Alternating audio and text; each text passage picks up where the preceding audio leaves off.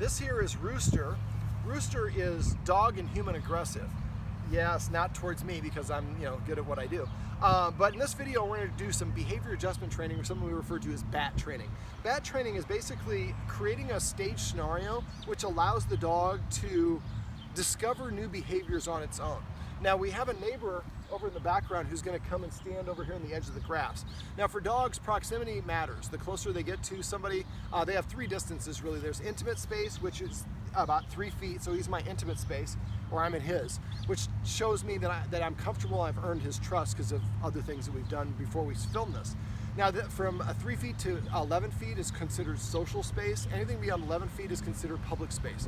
Dogs, just like us, are particular the closer people get to us.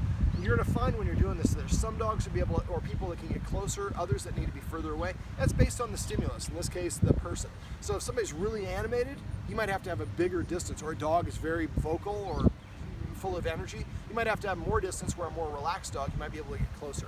Now it's going to seem like all I'm doing is basically letting him, come here buddy, there we go. I was just trying to untangle you, but it's going to seem like we're just walking around, and that's part of what the idea is. Now I have cheese in my pocket. I don't know if I'm going to use it, but if the dog starts staring or getting stiff, those are warning signs. Those are usually the very first warning signs that indicate I'm uncomfortable in the situation. So what we want to do is we want to get the dog out of that situation before they start reacting. Now when you're doing BAT training, I have a really long lead, and I also have these gloves because you can get your hands burned really quickly when the dog takes off. The reason for this really long lead is we want the dog to have the illusion of freedom. And come here, buddy. Come here. Over here. There we go. Now you're untangled. Now I have him in a harness, so we want to make sure that the dog is safe and it's not going to be able to get away. This is a 2-point of contact harness. I can't remember the name of it, but it's an expensive one for this exact reason. Now when you're doing this, if you notice, I have this looped going back and forth. A lot of people, when they hold a leash, they just loop it like this.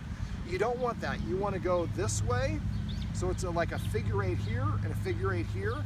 That way if the dog takes off, you can just let it go.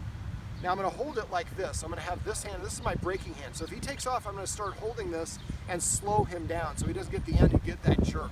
But I'm going to let him have pretty much almost all this leash, even if he runs at her, so I know I can stop him before he gets there. But again, if you're going to do this at home, if you have a dog that lunges, get yourself some fingerless gloves like this. I have some skin burns that I would show you. They're pretty nasty that you don't want to deal with. It's not very fun. All right, so we're probably not going to have the best volume as we're doing this, so you're really going to be watching. But what I'm going to be looking for, normally I look, is the tail go up and get stiff. He is a docked tail breed, so you're not going to see his tail. I'm going to be looking at his eyes and his eyes, the direction and his movement and his body language, as well as the tension on a leash. You do not want to have any tension on a leash. Some dogs, you get to a situation you have to pull a little bit, but the idea is not to have any pulling at all. And the other main thing, the most important thing for this is the dog has to be what we call sub-threshold. Right now he's sub-threshold. Sub-threshold is nice and relaxed. Above threshold is we've reached a tipping point, and now he's so worked up he can't think clearly. That's manifest in barking. Come here, buddy.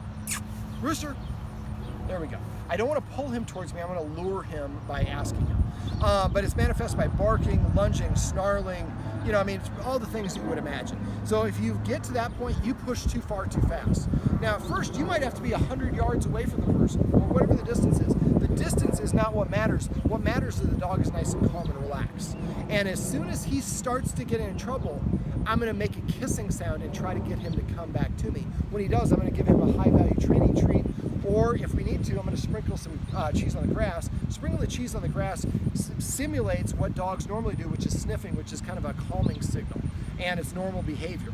And it could tell the other person, hey, back off, or I'm a little bit stressed, or there's different signals that it means. But basically, when I dump a little bit of loose cheese on the floor, especially in grass, he's got to work to get it, and that provides just enough of a distractor, so instead of him focusing on the other person that he's worried about getting the cheese, and he's getting a positive reinforcer. All right, so I'm gonna have the guardian kind of follow us. I'd like to keep I don't know what distance you'll need. Keep enough distance so you can see us and the neighbor in the background. You ready? All right, let's have you walk over here. So I'll go ahead and take a couple steps back, make sure you get him in the foreground, and you can see he's already staring and looking at her. Now he looked away, that was great. Now right now, this is gonna be a little bit different because normally you would want the dog's handler to have the leash. but he doesn't know how to do this. I'm demonstrating it for the first time. So I'm gonna have the leash. Now when we're doing this, we're kind of letting the dog go where he wants. You see, I'm letting him go. I'm just braking it a little bit. I'm adding a little bit of pressure to create a braking scenario. Now the idea for this is not to lead the dog. I am going to lead the dog a little bit in this video for the purposes of expediency.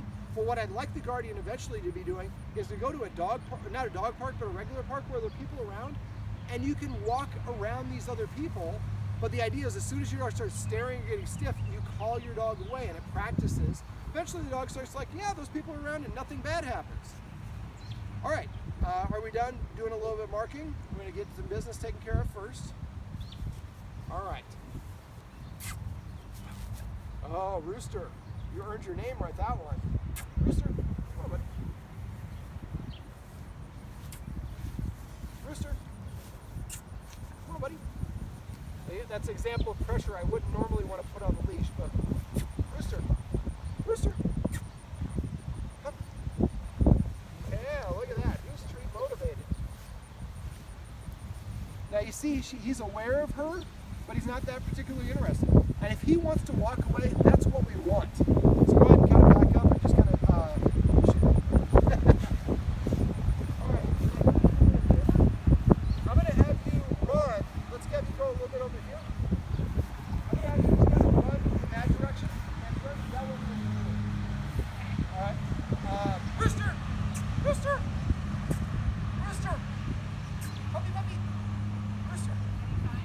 Wait. Wait until he stops sniffing. Rooster. Okay, go ahead. Hey. Rooster. Rooster. Rooster.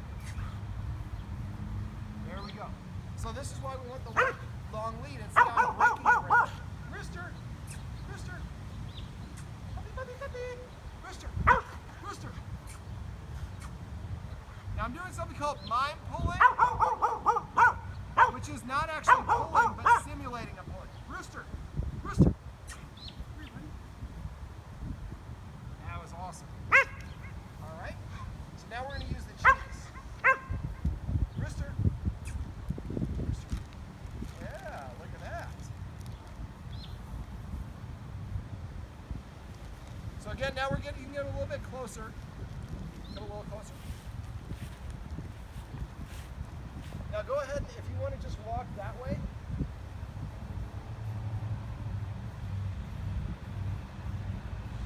So that was great. Movement is a hard attractor for dogs, but he was more interested in the cheese than her movement. Let's go ahead and try that running again. Go ahead. Just running? Yep, running and yelling. Hey. So a little bit of a lurch, but he came back looking for more cheese. So the idea for this is you're just creating stage setups. You can come a little bit closer. The idea for bat training is we want to create stage setups where we can have somebody that is a stimulus, in this case you're the stimulus, who's under our control. So she's able to stay still when I need her to stay still. If that's not enough, then we can have her say hey and run, and you saw that attracted his attention. Now as you're doing this, you're going to get better at reading your dog's body language. The things you're looking for your dog being stiff, staring is usually one of the first warnings. Staring, licking the lips, crinkling the nose, whiskers, baring the teeth, growling is obviously almost too far. The barking and lunging, that's almost what we call above threshold. So keep note of how far away the person is. The idea is to get him closer and closer, and again, letting him go. I kind of directed him in that direction because I wanted him to be around her for this demonstration in this video. But when you're doing this in the wild, or not in the wild, but out in the park, you're just following him, letting him go wherever he wants, but just make sure he can't get close enough to hurt anyone. I don't think he's an aggressive dog. I think he's an insecure dog, and he thinks he needs to protect his human. And his human didn't have a lot of rules and structure. For a lot of the things we went over earlier, Rooster, puppy, there we go. So you want to practice calling him away before he gets in trouble. And I wasn't paying attention to him because I'm doing the video, but he started staring at her. I saw the corner of the eye. So let's see if he'll do that again.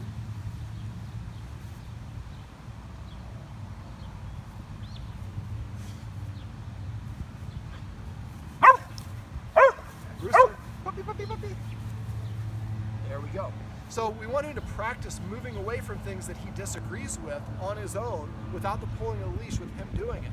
After we've done this enough, it'll be easier and easier for him to come. And what you'll find is when he starts getting in trouble, he'll start turning around and coming back to us himself, getting himself out of trouble. At first we do this to call him, to get him to come, to bail him out, to help him start developing that new behavior. But after a while, he'll start doing it more and more on his own.